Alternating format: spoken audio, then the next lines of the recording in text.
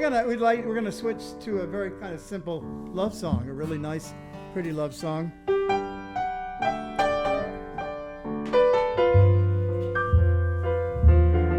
One of the prettiest places on earth, Venice Beach.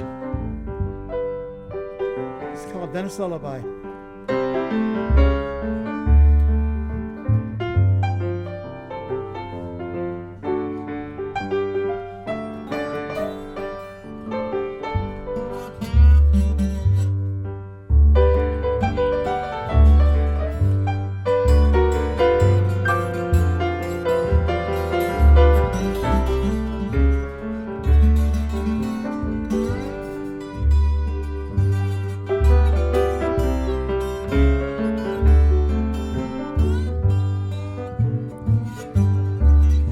When the Santa Ana winds begin to roar,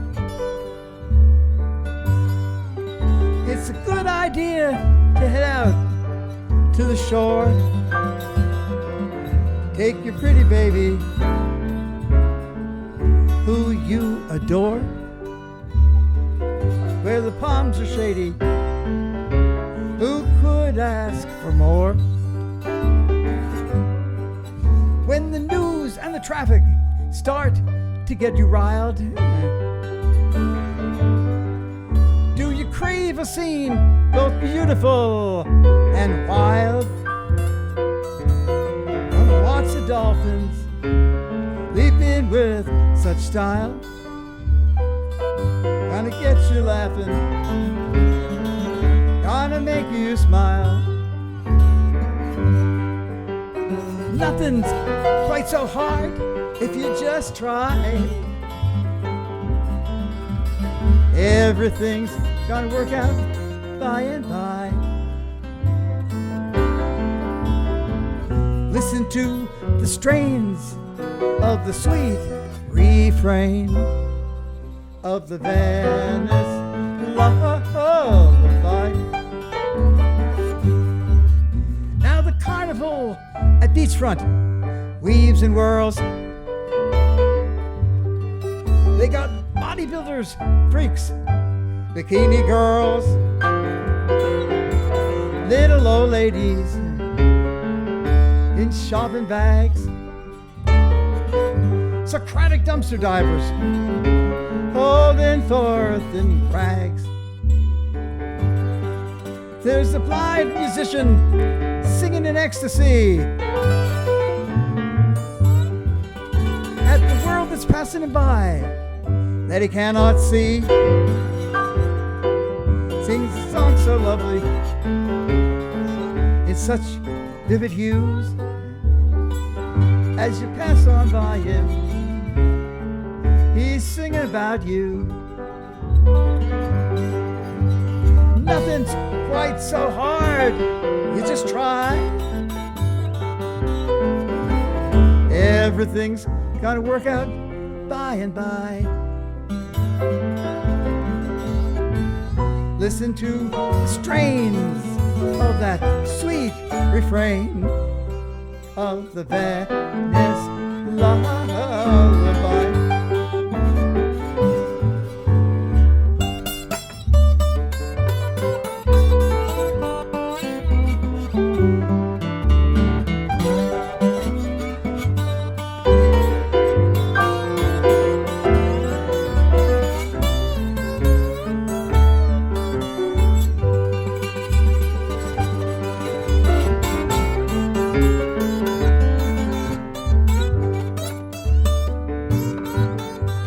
Nothing's quite so bad, just try.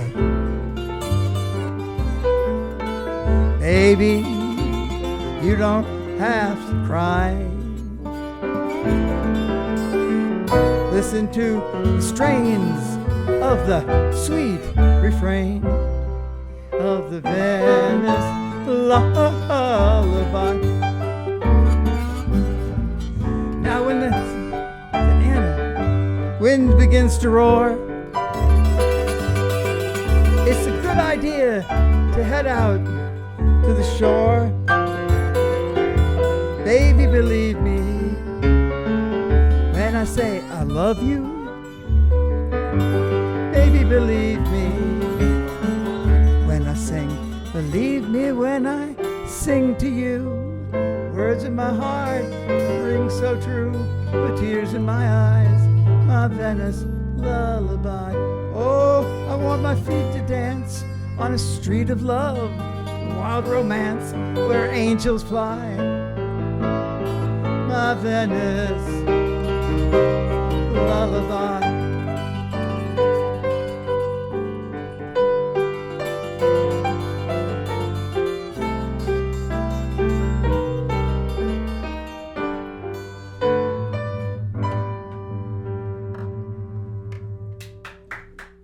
Thank you. So do you want to do a few more questions for the next Yeah, maybe.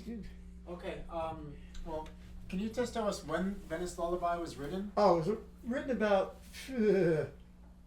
maybe 10 years ago. I did a show out there with, I have a singer with Susie. Storm and Norman and Susie, which we have a reunion every year too. And I love it there. And it was written to a beautiful, beautiful young woman named Sheila Rendell Baker, who passed too soon. Oh. And it actually came right from an afternoon on Venice Beach. And that idea, baby, believe me when I say I love you.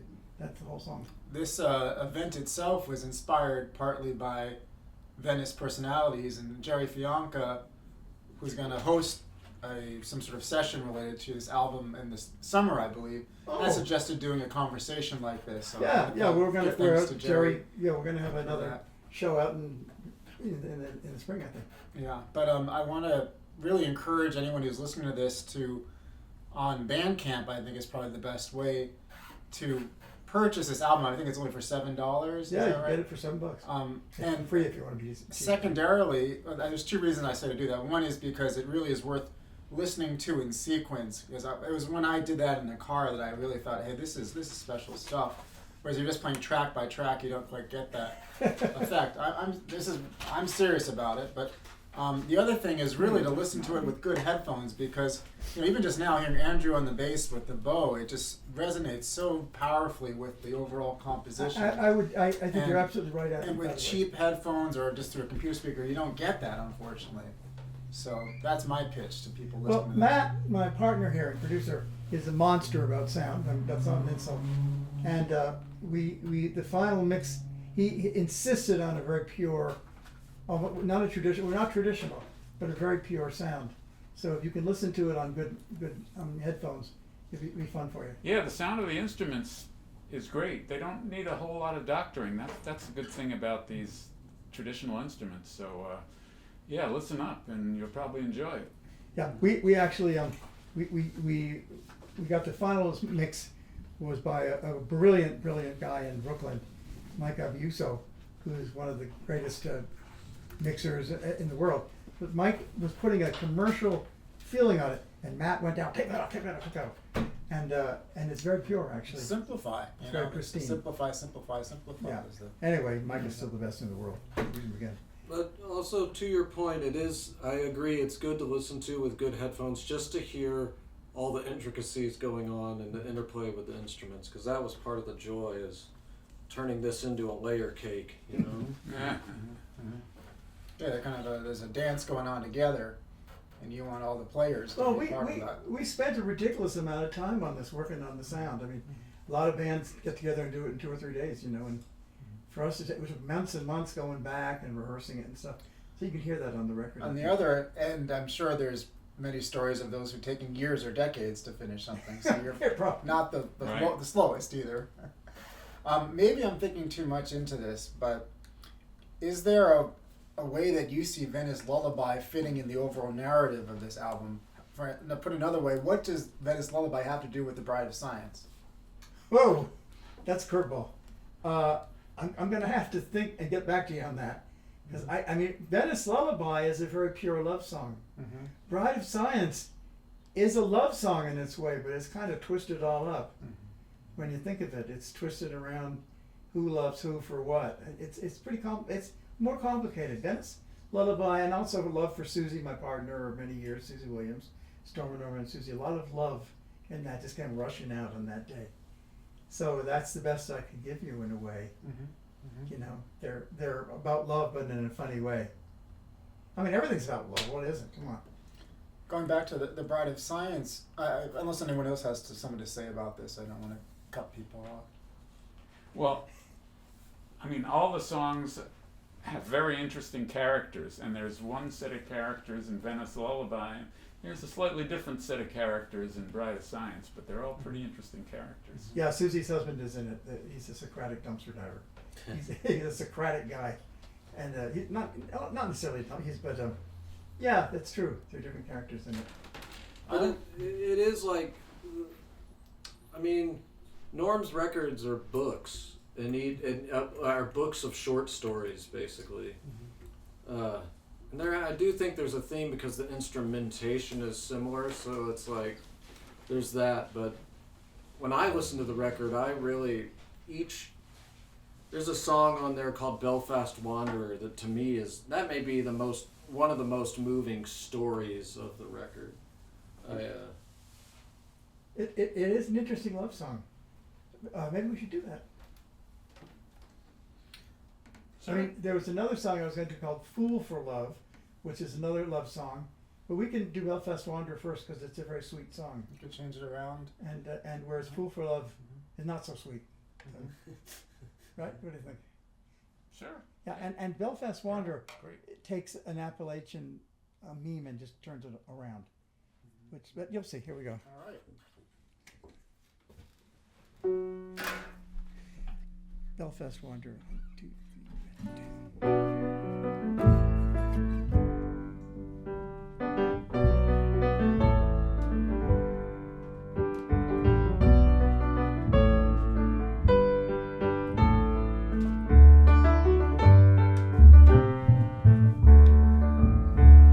He was a weary, drifted man who reached an advanced age.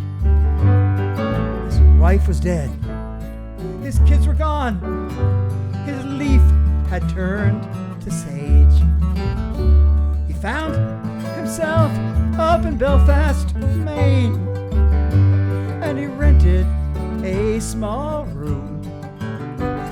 Just as the leaves began to turn and cruel winter loomed, and he met her in a small cafe just off the thoroughfare. A glittering girl, a third his age, bright eyes, shining hair, and they struck up a happy note.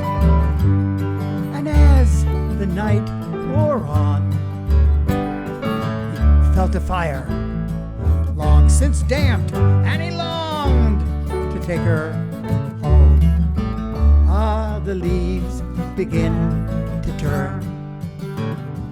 Leaves begin to turn. Leaves begin to turn, and then they fall.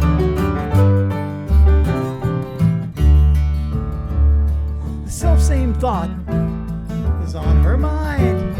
She loved his gentle laugh, his tales of endless wandering. He'd been from here to back, and one thing to another led. And when they heard last call, he took her to his chilly bed, and the leaves began to fall. Ah, the leaves begin to turn. Leaves begin to turn.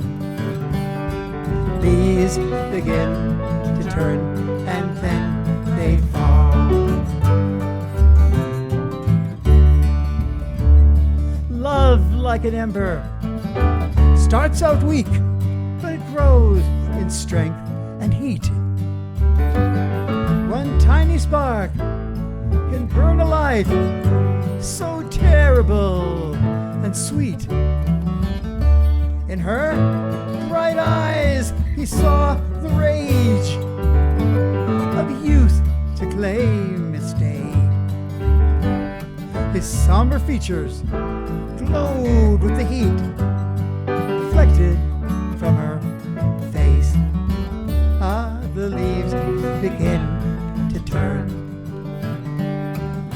leaves begin to turn. Leaves begin to turn, and then they fall.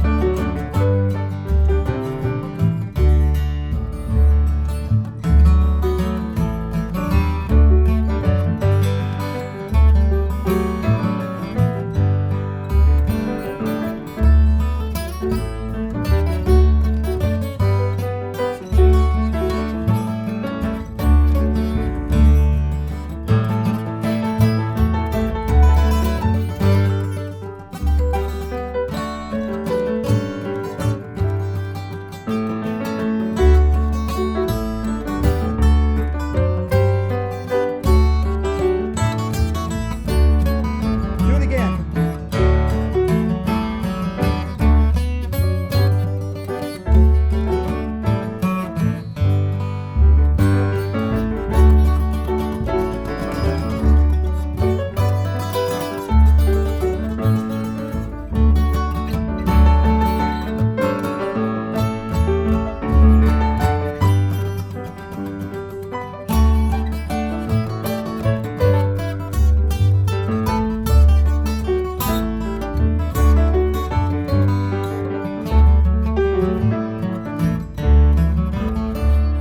But as he saw her lovely form, so full of joy and grace, something within him took alarm, and he backed up a space.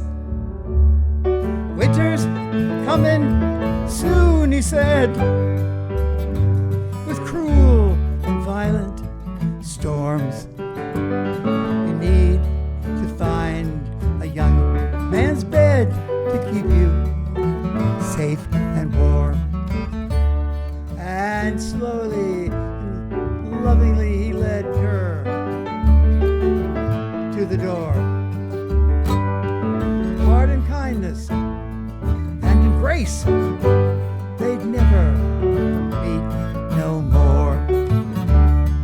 And true, the winter was vile, told in word and song. And when the blazing snows had fled, traveler was gone. Ah, the leaves begin to burn. Leaves begin to turn. Leaves begin to turn, and then they fall.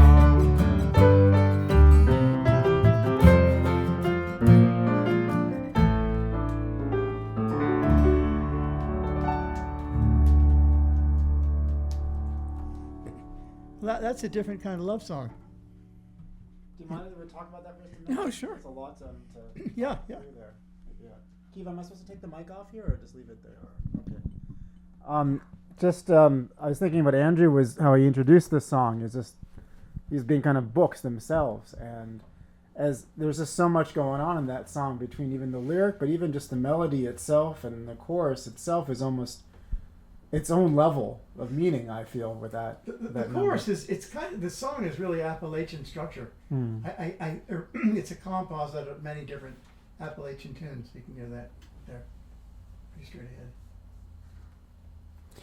ahead. Something, a reflection in the idea of leaves falling having a very tragic meaning to them. It's a funny thing in China, when people think of the fall and leaves, they do think of sadness because it reflects end and the end of life. Whereas, as far as I know, in the West, we don't have that connotation in general. Oh, I don't know. People think of. Do you think so? I mean, I don't know. I mean, then the context of that song, it is sad. It's about getting old, fading old. But the good thing about that song is the old guy bows out. He says, "Look, I love you, I want you, but I'm not going to try to nail you down." And I think that's the theme of it in a way. It's kind of course, he's gone after the snow, so he's gone with the snow. Well, why Belfast? Oh, it's a place in Maine, Belfast. It's a very nice town. I've been here with my wife, Fran. We went there, your mom, and we spent some beautiful time there. It's a beautiful town on Penobscot Bay. In terms of the composition, it all the pieces really, to me, in the album come together so well in this number. Huh. Was that, do you think, the case from the start, right when you started to do it, or was there a lot of work to kind of get that sort of, especially when you all do the chorus together? It really seems to That gel. was one of the ones that didn't make us crazy. Right? That was came together. And when you hear the album, there's this gorgeous violin playing. She just knocks it out of the park. And it's like honey whiskey. She plays it so sweetly. And Vin sings some nice harmony on there too. So I sing a little bit and Vin sings, and Norm's singing the lead, so it's great. Also, that song, for a few reasons. I think A, the key it's in, and B, the structure of it. It's easy to play over. If you're a string player, it's a joy. It's like a bed that's made for you to lie in. A song like that. So her work on that is, I think she can just intuitively play, and some songs, it's like they want you to succeed. So if you know how to do musical phrasing at all, it's just like a playground, a song like that. Which is when Matt takes the guitar solo, it's like that. It's like, we've made a bed for Matt to lie in. Yeah. You know. Of course, we're a trio here, but on the album you get to hear the other instruments too, the fiddle and the mandolin, Yeah, we did a lot of arranging. banjo, yeah. But this is the basic sound of the trio. That we Right. we call this group the Bride of Science also. That's kind of the name of it. As opposed to the real Storm and Norman. It's another category. Yeah, but this one is very much it's a ballad. Are there any? Would you say? I mean, Are there other numbers here that are quite in that ballad form? What do you think, Venice Matt? Lullaby in a sense? I don't know. No. Well, the one we'll do later, Maggie McGuire. Yeah. That's Maddie McGuire. That's kind of a ballad, also, I guess. That is a ballad. It's in a different time, though. This, well, not to get technically, but the one we just did, Belfast, is more in 3s or 6s, and Maggie McGuire is a little more straight ahead. When it's not straight ahead. Yeah, that Mac McGuire is a story ballad. We're sort of holding. We have a whole bunch of stuff. I was thinking of doing, since we were talking about love, a song called "Fool for Love." Do you want to set that up first? Sure. I mean, Fool for Love the story. is a true story. I don't want to go into it in too much detail, but it's to my beloved cousin, who was the king of the Goths of Washington, and met a very untimely end.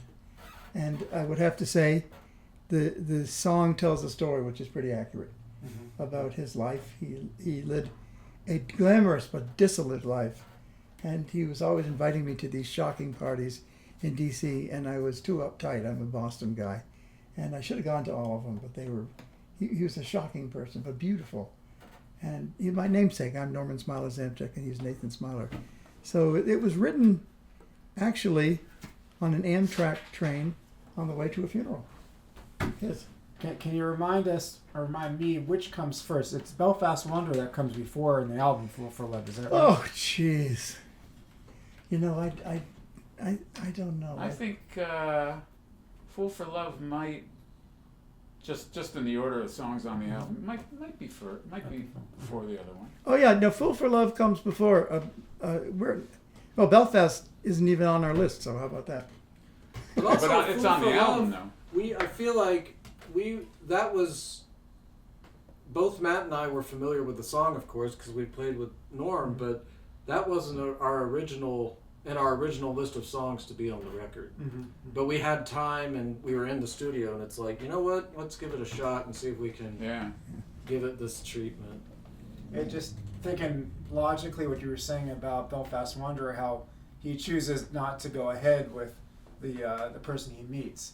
Whereas the opposite of Fool for Love is always a fool for love. So Fool for Love, it goes with anybody until it's too late. But the other thing about Belfast Wanderer, there's a tradition in a lot of Appalachian songs which is very vicious to women. Women. Remember Neil Young endlessly singing "Down by the River," which is a rephrase of yeah, I shot my baby. You know, there's this whole thing about cruelty, and I Uh-huh. was just trying to change that around. Uh-huh. You know, and make it of total kindness. Mhm. So it's a gift of kindness, really, Belfast Wanderer. Well, before you go into Fool for Love, I just want to say again, I really would encourage people to get the album for $7 in Bandcamp. And this wasn't the band, or Norma didn't tell me to do this. I just feel that's how I really got to appreciate this album, was to hear it through. And again, just by clicking on tracks on YouTube, whatever, you don't quite have that effect. So I think I would encourage people to do that and Me too. to methodically go through it. So anyway, I'll leave it at that for now. Okay, should we do Fool for Love? Yeah. Sure.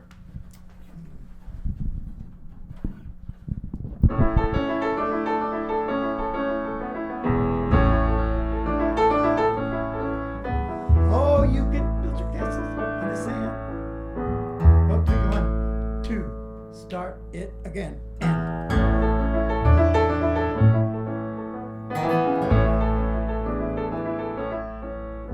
Oh, you can sell your castle for a song, and you can plant your vineyards in the sand.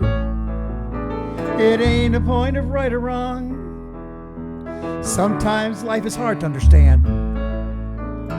You can be a slave to passion's whip, and you can be a lover and a fool, and you can party on a sinking ship and just enjoy the drama and the view. There never was a girl I could refuse, and I'm glad to say they always crave me too. I never could evade the little sticky traps they laid to lead me to some tasty rendezvous. You might say I was foolish as a flea who can't resist a session in the web. This obsession is not unique to me. Others take their passion with a pinch of dread. Oh, I was a fool for love. I was a fool for love. Oh, yes, there was explosive Angeline and Scarlet Martha messing with my mind, and mild Irene so crafty and serene that like a serpent she'd crawl around my vine. All this love was not an easy task, and all in all I loved it while I bled. And from the summer sunshine of my bed, I never saw the storm clouds overhead. Oh, I was a fool for love. I was a fool.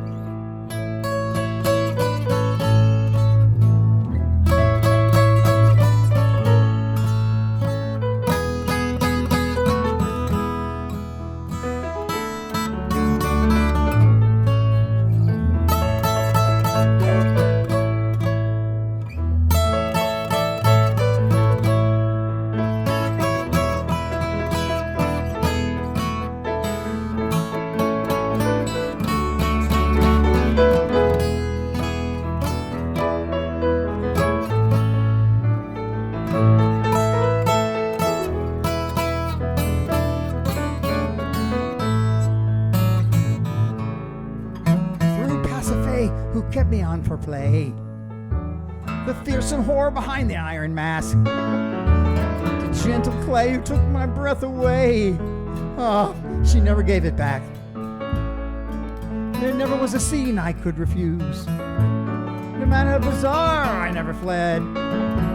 And if they cursed and raged and shrieked and hissed, I only laughed and pulled them in a bed. And in a second we just hug and kiss, and everything was comfy and serene, till Dora was the next one on the list, a comely but possessive ex-marine. She wanted more than I could ever give. In the race she always came out ahead. She said without her I would never live. We fought, she shot a bullet through my head. Oh, I was a fool for love. A fool for love. So now I watch from heaven high above. How mortals rage and agonize and sing for what they can never get enough of. That's why I really wouldn't change a thing. Though people thought my life was pretty short. People thought my ways were just insane. I always got exactly what I sought. I never suffered from their endless pain. Oh, I was a fool for love. I was a fool for love. I was a fool, I was a fool, I was a fool, I was a fool for love. I was a fool for love.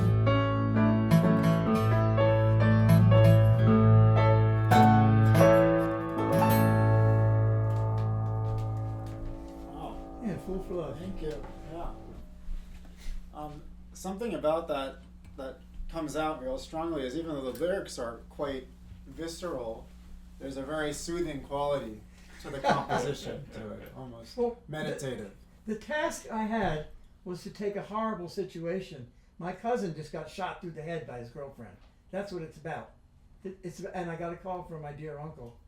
You got to come to Washington real fast. Your cousin's dead. And I was struggling to make this horrible thing into something good and graceful. That's what it's all about. And I literally wrote it on Amtrak. You know, they have these very quiet cars. They used to, you can't say anything. Shh.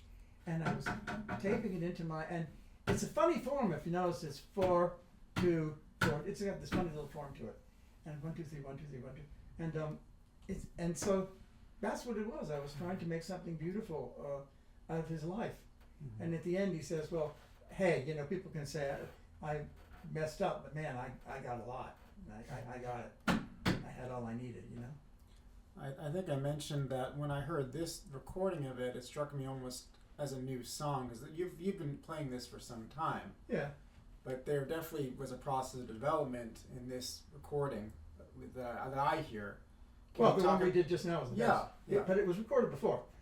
Yes. Roger Bartlett, the great guitarist, did a track a couple years back. But so how did this take? What was the process that made this a new thing? How did it change? How did it stay the same? Oh, I think just listening to the musicians in the group, just listening. That's how it was. I just listened to them, and a different thing came through. Yeah, whenever you bring a song to a different group of musicians, you get a different take on it. But there's a million valid ways to do a song, and each group of musicians has their own way of doing it. You have another song from a while ago, Roustabout. Oh, Roustabout, yeah. And when I hear a similarity between Roustabout and Fool Wow, for that's Love, interesting. Kind of a sort of Well, that's spirit. another song. Sorry, we're not going to be able to do it because we don't have it. But Roustabout's about a carny who never stops for love. He keeps going on. Fool to Love wants too much love.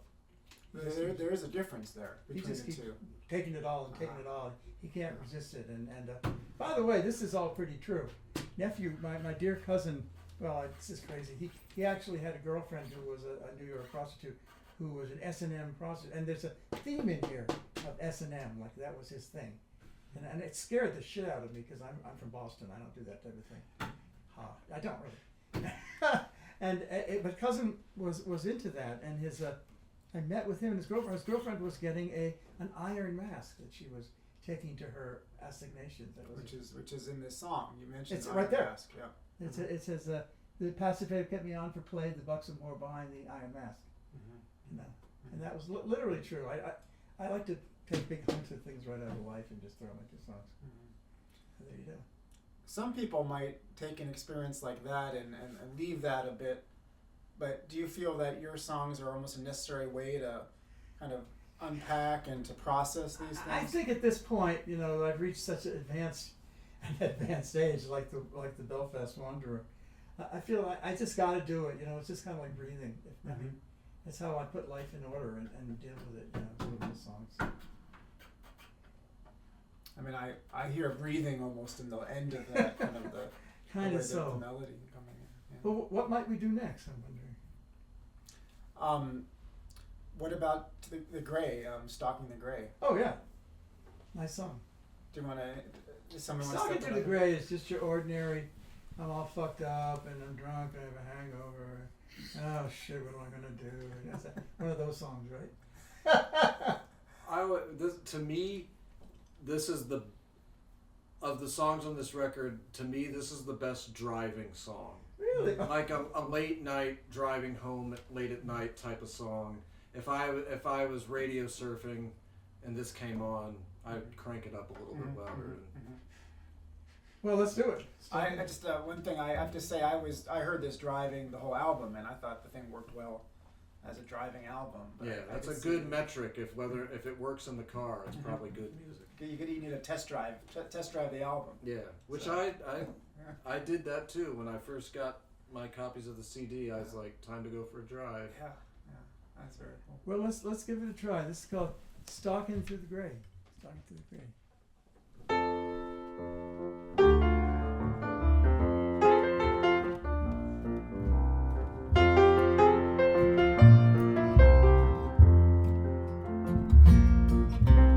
Oh my, 5 a.m. Here I go again, bleary-eyed and drifting round the bend.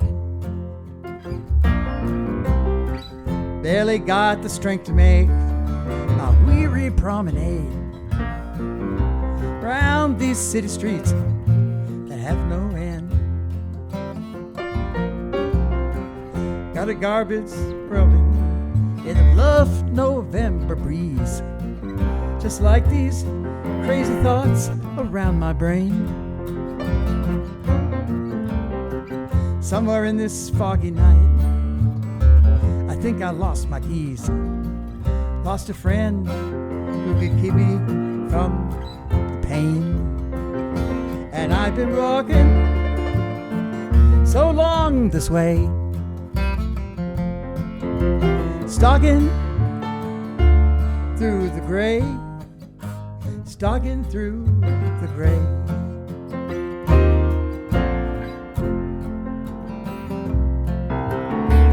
Met a bluff companion with a craggy face, eyes that knew too much about this place. Said, let's have a cup of coffee. Let's spend some time. All we gotta do is find a dime. He's been walking so long this way, stalking through the gray, stalking through the gray.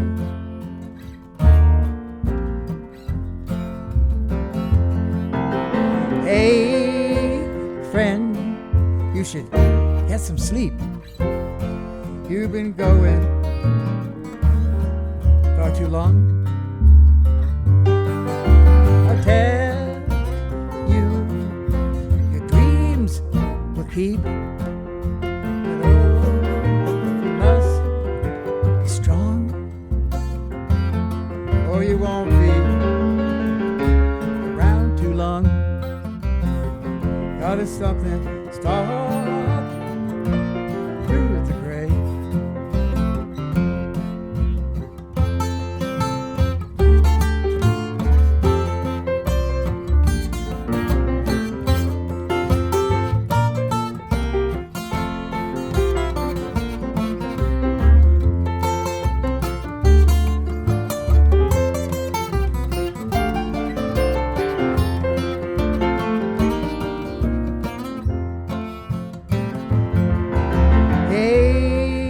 Friend, you gotta get some sleep. You've been going much too long. I'll tell you, your dreams will keep. Oh, you must be strong, or you won't be around too long. Gotta stop that talking through the gray.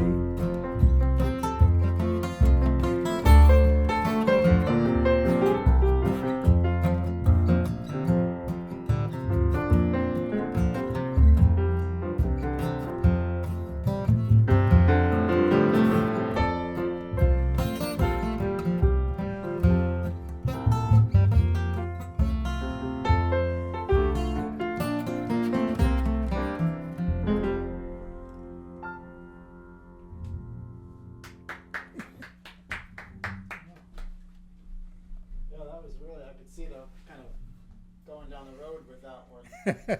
It's a going down the road song for sure. When was that song written? Oh, gee. Years and years and years ago. I can't even remember. It's been around for a while. I mean, not all these just, well, You wrote that song with Susie, right? yeah, Susie Yeah. Susie was involved in that. Yeah, that's nice. That goes a bit. So it's a shout out for you, Susie, if you're out there in listening land. Stalking through the gray. Is that a reference to gray hair or? Ha!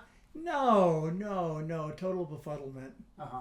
which is sort of, which is a lot of, my state at least, when I was on the road or a full-time musician, it was total befuddlement. I think you can relate to that right now, being still on the road. I've never unbefuddled. So. Andrew's still in the process of unbefuddling. What was this then when you were on tour with Susie, or do you remember what this was, Well, what the you gray know- was at that moment? I didn't have like these glamorous tours like Andrew does. He's an international superstar. Uh-huh. We were in a Chevy Nova with this ridiculous speaker that a clown from MIT made for us. That was a big joke. And we would be hauling ass all these little towns in New England, and bars and stuff. Recently, you and I were at an event with your friend. What was that party we were at? Who? The party downtown, Oh, that was Lorraine Chemis, the artist. and her husband. Jack Mashkow. Yeah, and their friend. Many of their friends had seen you and Susie in New England, and we're just thrilled to have you there. So, even though you're describing with the gray, there was this kind of glow around that act that people remember this day. Here's the thing. I mean, I can't speak for my friend here, who's an international superstar. You don't mind if I keep saying that. Not at all. Go on. Yeah, he's about to launch a tour with Rick Doty. Mike Doty, yeah. Mike Doty was a great singer-songwriter, by the way. It's not cross country. No, I'm saying no matter who you are, especially that saloon circuit we were on, you got to be drinking a whole lot the night before.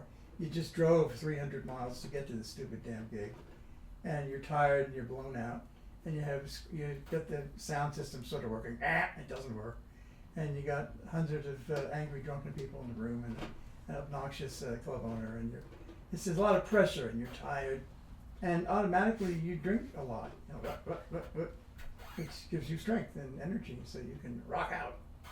And we did that a lot. It was very pressureful. Mm-hmm. So I guess that's sort of I was thinking about that. Excuse me if I'm out of line for bringing this up, but just talking about history and having Matt here, who goes back before Stormy and Norm and Susie. He was. I was kind of wondering if you might want to tell an anecdote or two, or just what that was like when you all Talk about first came milkweed. together. And in some ways, are there some things that stay the same from working together now compared to when you were in your 20s or so back in that When time? was that? That was a long time ago. Oh my God. But Norm and I used to jam in the echoey stairwells of college. Oh, I didn't remember that. Yeah, sure. Shoot. I was in one place and Norm was in another, but we'd just meet and it was great. Norm had a lot of the same songs that he's still doing, but he had a funny song about information. Oh my God, that was a terrible song. Yeah, well, we don't do it anymore. But God, it was a radical. It was when we were the only band brave or stupid enough to play in the May Day rally in New Haven, where 100,000 striking rioters had showed up. In 1970, is that right? Yeah, it was Yeah. 1970, and Nixon was trying to blow things up too, and there was a National Guard everywhere, and we were reviewed by Rolling Stone as perhaps the worst music ever heard before large audience. Was that where they had a cage to protect you from the? No cage, no. You know who protected us? Jean Genet was on the bandstand. It was pretty crazy, and there was tanks all around, Jean National Genet? Guards and stuff. It was crazy. Who's Jean Genet? Jean Genet, oh my God, he's a radical Frenchman. Okay. Oui. So it was yeah, and that was it. Yeah. Can Oh, that's a terrible song. How can you remember that? That's the worst song I ever wrote. oh, I think it's got a. Ah! But I'm interested in what Matt said, that you were playing in these cavernous stairwells. Now, what I know about Yale is they have a lot of Gothic type architecture. So how does that work? No. Where I hung out was called Ezra Stiles, which was a Saarinen type it wasn't Well, brutal. it wasn't sarin type. It was sarin in It was design. and it was very sparse. It was not Gothic at all. It was very cold and sparse. And in fact, first time I ever heard Matt play, he was playing with a great group out of New Haven called Randy Burns, a great singer. And I never heard anything that beautiful in my life. And Matt was playing guitar. It was Matt's guitar. I said, oh shit, that sounds so good. Mm-hmm. And so we sort of started working together over the eons, as it were. But so Matt said you would kind of meet each other and play in various corridors. Was it mostly in Ezra Styles that you were playing in? Well, they had the nice echoey, right, Matt? They had echoey. Yeah, well, if we met freshman year, then we were in a different place that had a lot of echoey corridors. I don't think we did any playing freshman year. No? No, I met you Okay. when you were rooming with Dave Sewell, and when I met Matt, he was I an see. electrical engineer, and he was always rewiring his guitars. Oh. So he was like half man, half guitar. Okay. Because you'd walk into this college room with all these wires all around it. And that's when I met you with Dave Sewell. But, yeah. Yeah. But we didn't actually start playing until senior year, Milkweed. Well, that's when we graduated and we went on the road. We got in a group together with a bunch of other musicians, Norm, myself, and 3 others, Reed, JP. Yeah. I guess that was it. And and Tommy. Tommy.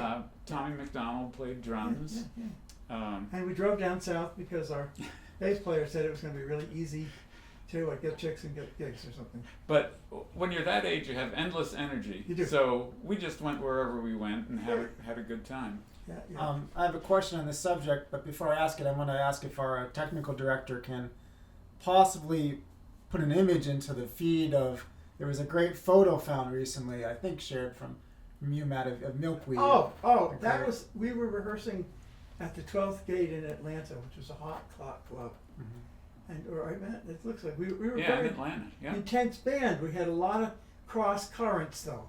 I mean, me and the lead singer didn't really get along that well. Still don't.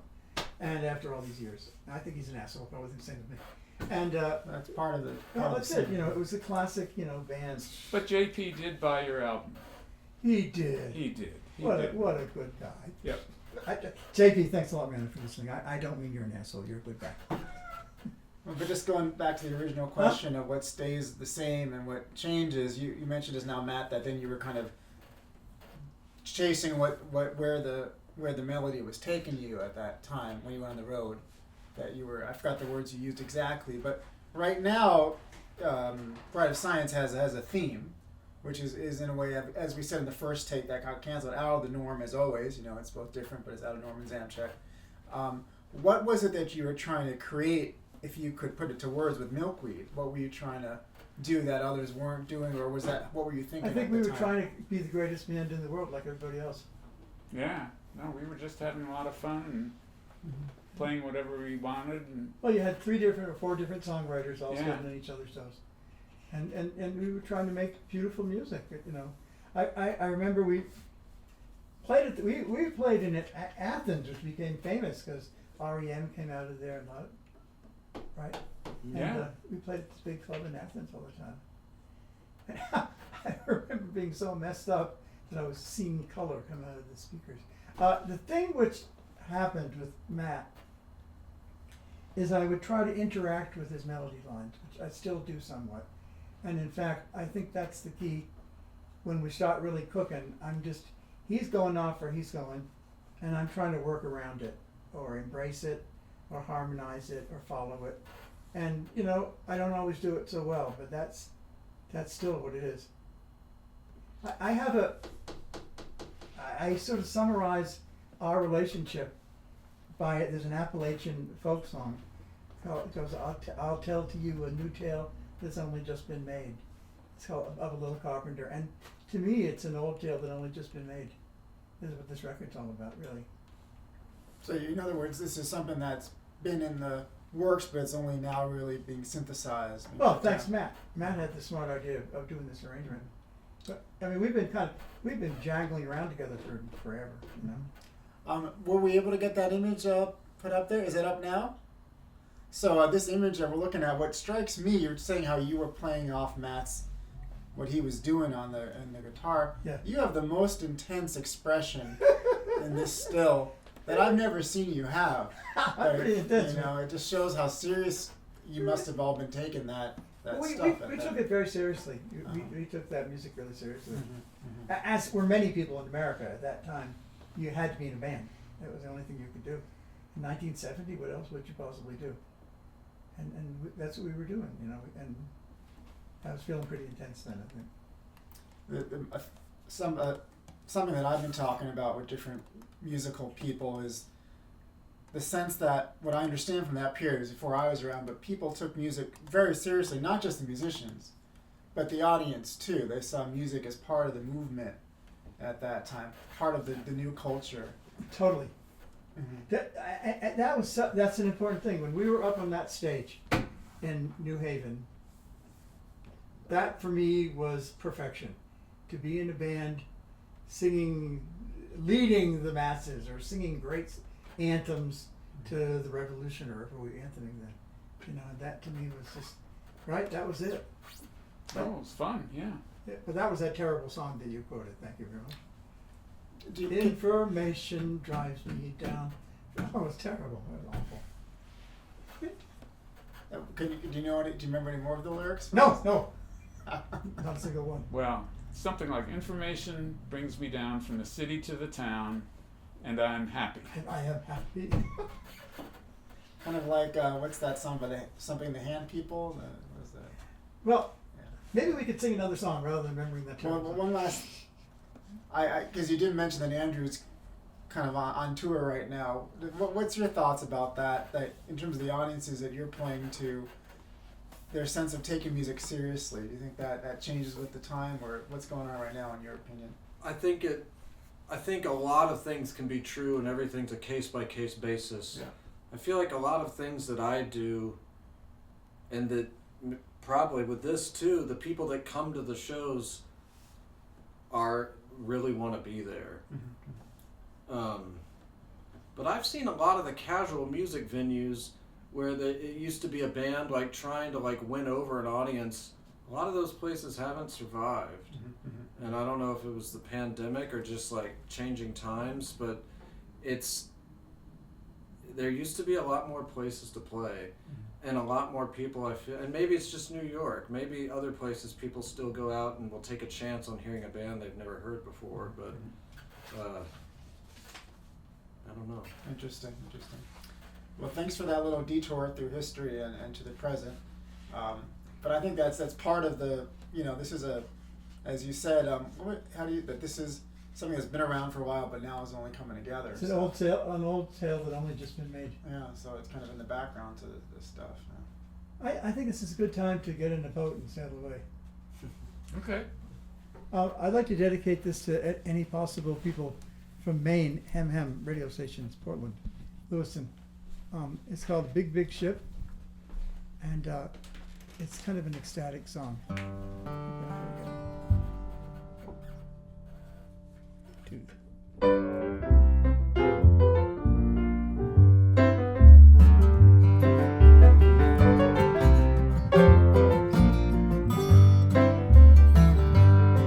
I'm gonna build me a ship, a big, big ship, up in Maine where the best ships are made. Build it by the Kennebec River. 5 strong sails gonna sail forever. 5 strong sails gonna sail forever.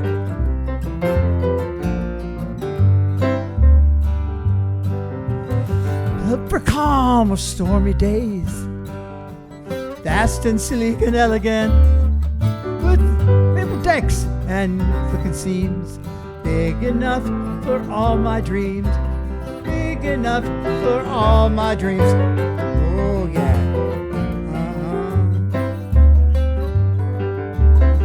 Ribble's firm and cable stout, I won't fear the elements. Tack like a swan, turn on a dime. Bath to Bahamas in no time. Bath to Bahamas in no time.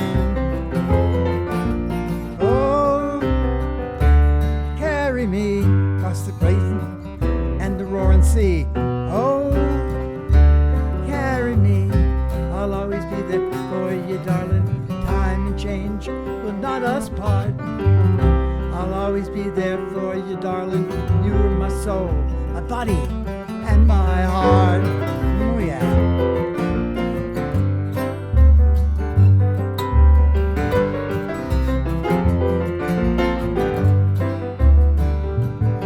I'm gonna build me a ship and stand and shout. Earth and sky, this is my testament. Moving stately out of the harbor. Sail the seas of time forever. Sail the seas of time forever.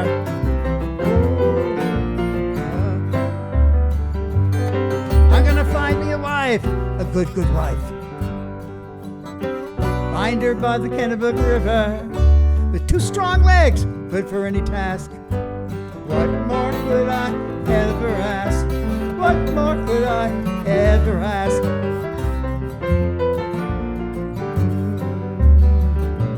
Oh yeah.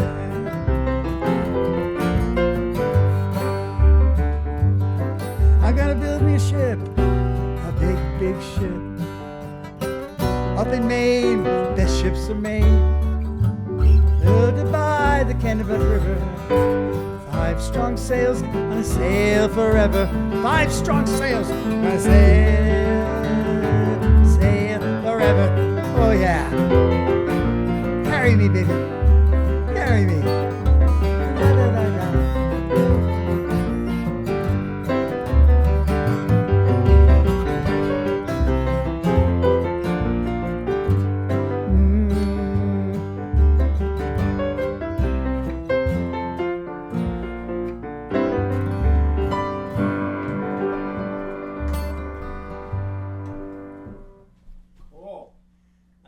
We're kind of head towards the end of our broadcast here. Whoa, we have one more song we gotta do. Well, let's end on that, but let's have a brief little interlude. One quick thing about this, if you don't mind me asking, is you're building yourself a ship. Oh no. But you say that it's all for you, and you're gonna find yourself a wife. A good wife. But you also say it's all for her, if I remember, and there's a lyric. Well, But if she doesn't exist yet. I think you're being too literal. Okay. I from the beginning, when we had that argument about 5 sails versus 4 sails, I think it's too literal. It's a Okay. dream song. And the historic note is I wrote it for my daughter when she graduated from medical school. And it was absolute murder for her. My daughter's a wild hippie, she used to be. And for her to get through medical school, my God, it was an epic journey. And it was so brave and good of her. And I was so happy. And I wrote it up in Maine. She went to medical school up in Maine, actually. I wrote it by that crazy lake. Remember that weird house we got? So it was a song of great jubilation, really. Well, the positivity really comes through, and especially what you just played just now is very. I mean, I delightful. usually don't say anything that are just positive. It's usually so that's a happy song. I think it's been about an hour and almost a half altogether. So both the audience and the performers, time is valuable and appreciated. I just want to say that this was an experiment, and I hope you all consider more kind of interviews, because there's so much that went into this music. So to be able to talk about it a bit, I think, is really heartening for the audience and for me personally. And the most interesting song is yet to be, which is called Maggie McGuire. Oh yeah. Which I think you said was one of your faves off the album. Oh, it is, yeah. Before you go into it, do you all want to talk a little bit about the? Oh, Maggie McGuire. Yeah. It's a complicated song. Maggie McGuire is a love song. It spans a couple centuries. It's got 1 foot in the 1830s in Connecticut, 1 foot somewhere else. It takes place in the town of Mystic, the seacoast town of Mystic, Green and Calm. Did I mention I knew a girl named Maggie when I used to play? I had a wild profligate time on the Connecticut coast in my 30s. Such how old I am. And we played in Mystic a lot, and Mystic was very mystical. And it's a crazy love song, really. What can I say? It's all in the song. Maybe we should introduce the interviewer and the crew. Yeah. Well, I don't need much of an introduction. I'm Abby Zamcheck. Hey, Kiva, come out here and be introduced. Kiva here too. I'm gonna keep it here, but if you guys, I really love Heart of Connecticut. I don't know if you can I'd like to thank the production crew, which is Akiva Zamcheck. Yeah, Kiva really put together a Yeah. Thanks, multimedia, Akiva. multi-angle production here, second to none. So, Kiva reminded us that you have 2 Connecticut numbers not yet performed here, in addition to Maggie Oh, McGuire. Heart of Connecticut. There's also Heart of Connecticut. Well, we So- could do 2 more. Do we have any audience out there, Kiva? We have people online, yeah. Oh, great. Yeah. Well, look at you guys. If you can bear hearing 2 more songs, we could do them. Let's do it. Okay, so then let's leave we it have at two that songs. for the words, and then just leave it to the last few numbers to We're close gonna out. do Heart of Connecticut first, and then Maggie McGuire. Okay. Okay, we're gonna do a song called Heart of Connecticut.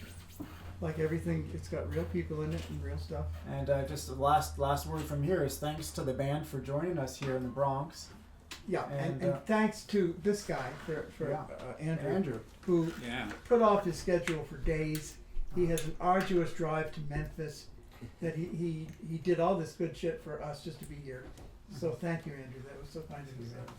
Kind of like the planets aligned for this to happen. So What's that? the planets aligned. Planets for were this to happen. very aligned, and none the least happy for your wonderful. We were fighting you tooth and nail, and tooth and nail. You're absolutely right about the format of discussing the songs. Well, I since never would have allowed it in my other life. It's hard to do something new all the time. So Very it's hard. good to at least try it. Okay, here's a story in this song, folks. I was the director of a school in Norwalk, Connecticut, for 4 or 5 years ago, and it was a school for bad kids. Almost all of them had been to juvie by the time they were 15, and so the town of Norwalk kind of swept them all into this little place, which is called the alternative school, which I'm told is common for Connecticut towns. You put all the bad kids in one little place. And I was in charge of keeping everybody together, and it was a wonderful crowd, but they were tough kids, and so that was the inspiration behind it, Heart of Connecticut, and that's what it is. This is to anybody in Norwalk. I love you guys. Thank you. It was so beautiful being with you for those years, and we did some good things. Okay.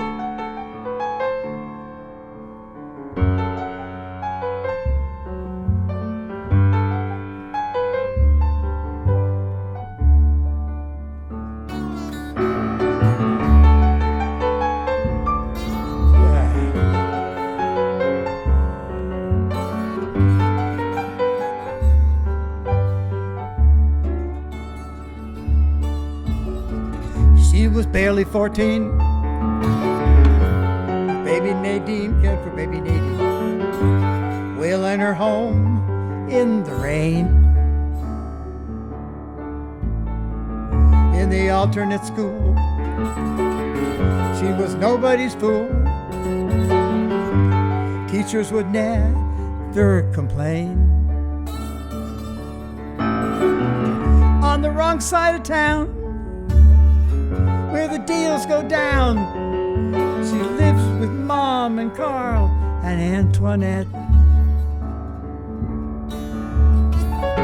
She'll have to fight for every scrap she gets. Oh, she's the heart of Connecticut.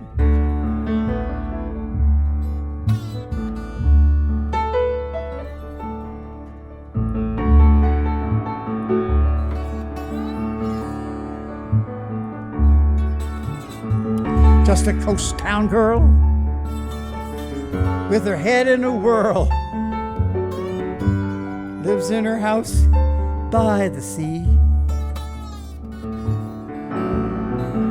smokes and she drank,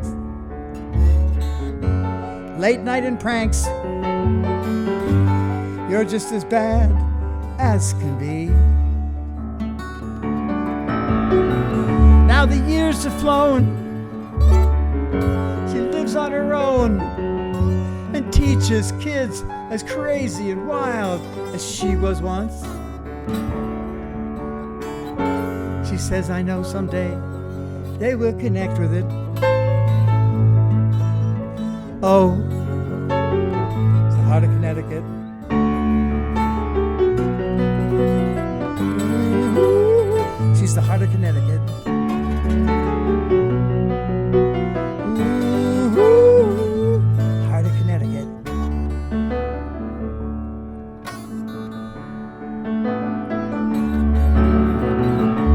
son of the blue, steadfast and true, proud of the old school ties. Midway through life, he stumbles and falls. Dazed and bewildered, he lies. He finds a sweet girl, Bridgeport girl, dress his wounds and pay his debts, and give him all the love that he needs to get. Oh, in the heart of Connecticut. Ooh, she's the heart of Connecticut.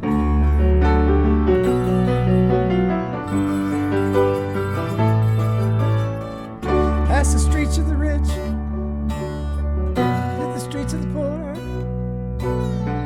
to the craggy coast, where the ocean roars, to the factory towns,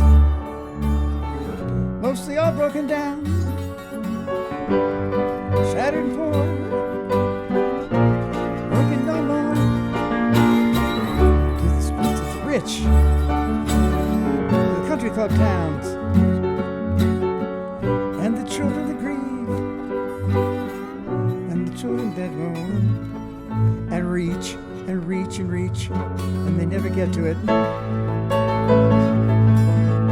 Oh, the heart of Connecticut. Ooh,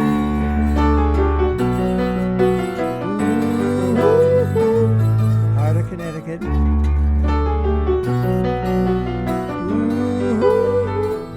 heart of Connecticut.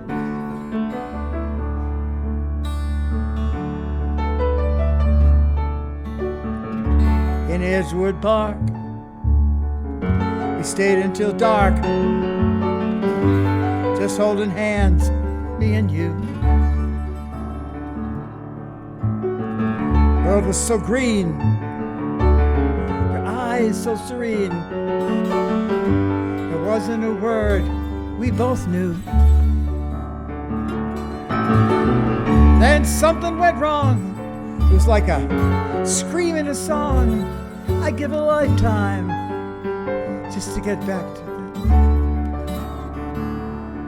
to that time when our lives were so entwined.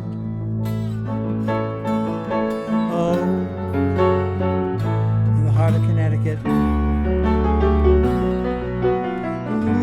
Ooh, heart of Connecticut.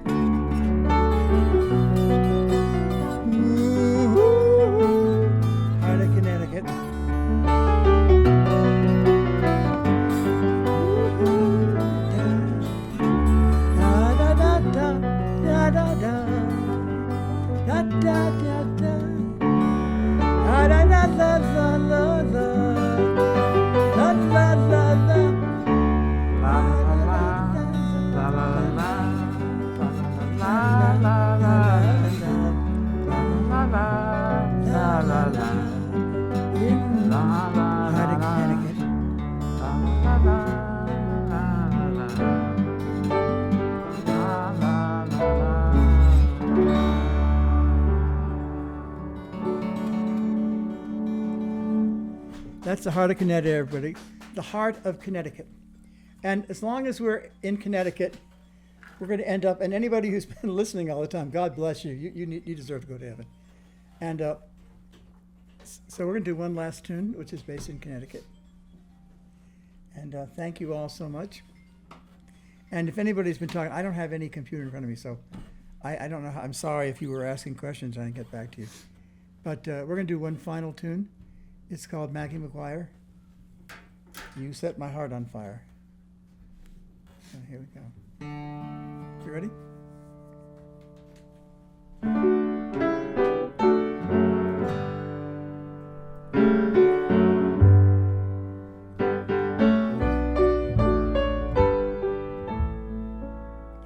I'm just a simple man. I have a big black dog. I walk the coast of Connecticut selling, give him cracks, combs, stuff for ladies. I met her in the town of Connecticut, Mystic. Thick trees grew down to the coast. There were bonfires on the shore and Indians in the woods.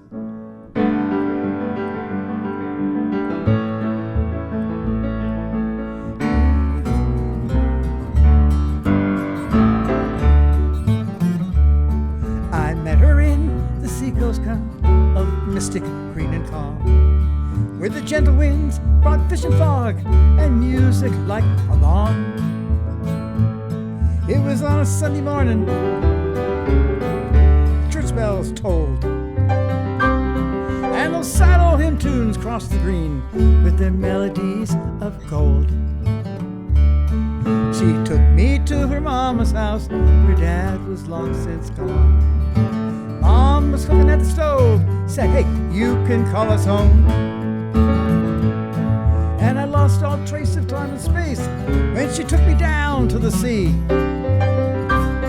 And I soon drowned in her fiery grace and her lazy, proud beauty. Maggie McGuire set my heart on fire. Maggie McGuire set my heart on fire.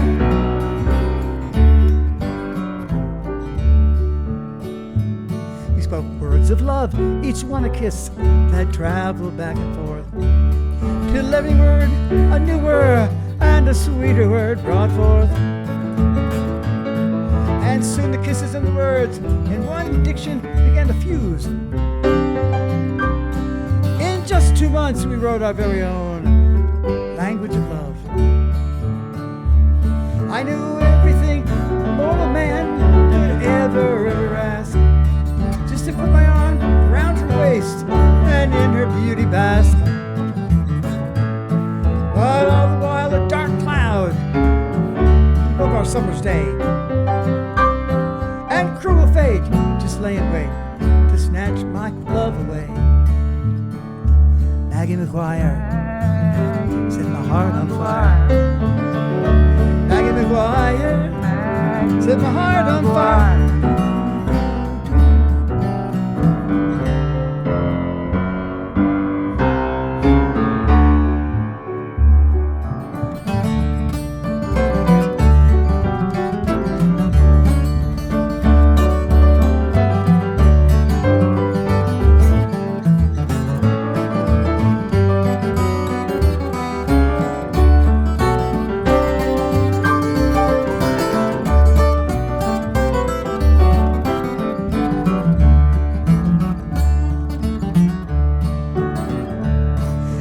She fell an awful fall, and she lost her memory.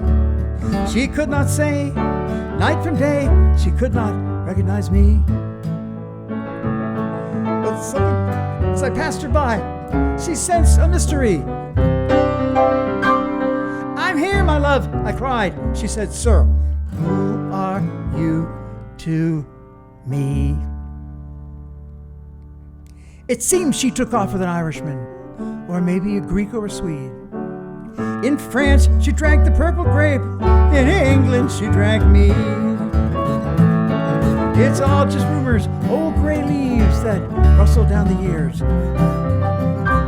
It's been more than 30. I've had time to wipe away my tears. Maggie McGuire set my heart on fire. Maggie McGuire set my heart on fire. Maggie McGuire set my heart on fire. Maggie McGuire set my heart on fire.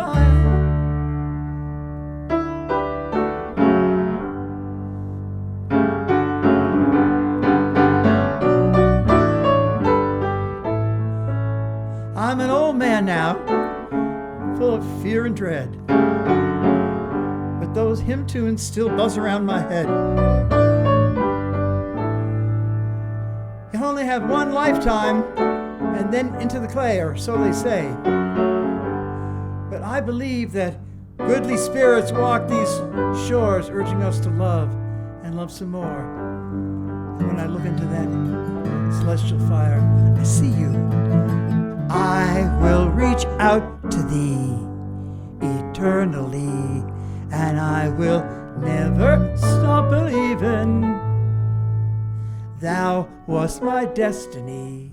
It had to be one soul, body, spirit, and desire.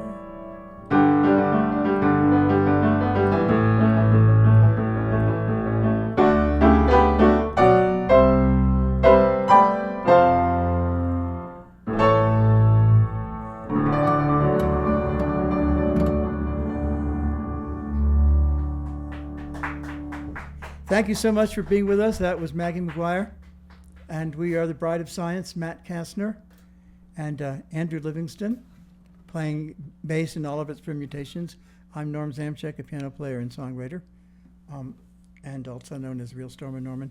Thank you so much for being with us. And thank you to Abby Zamcheck for his wonderful interviewing skills, and for the production team of Akiva Zamcheck and Akiva Zamcheck and Akiva Zamcheck for all your great work. Thanks, everybody. Bye. Oh, that's great. Nice, beautiful. Cool. Yay! Fun stuff. Well done, everybody. Man, I made so many mistakes. Ugh. Yeah.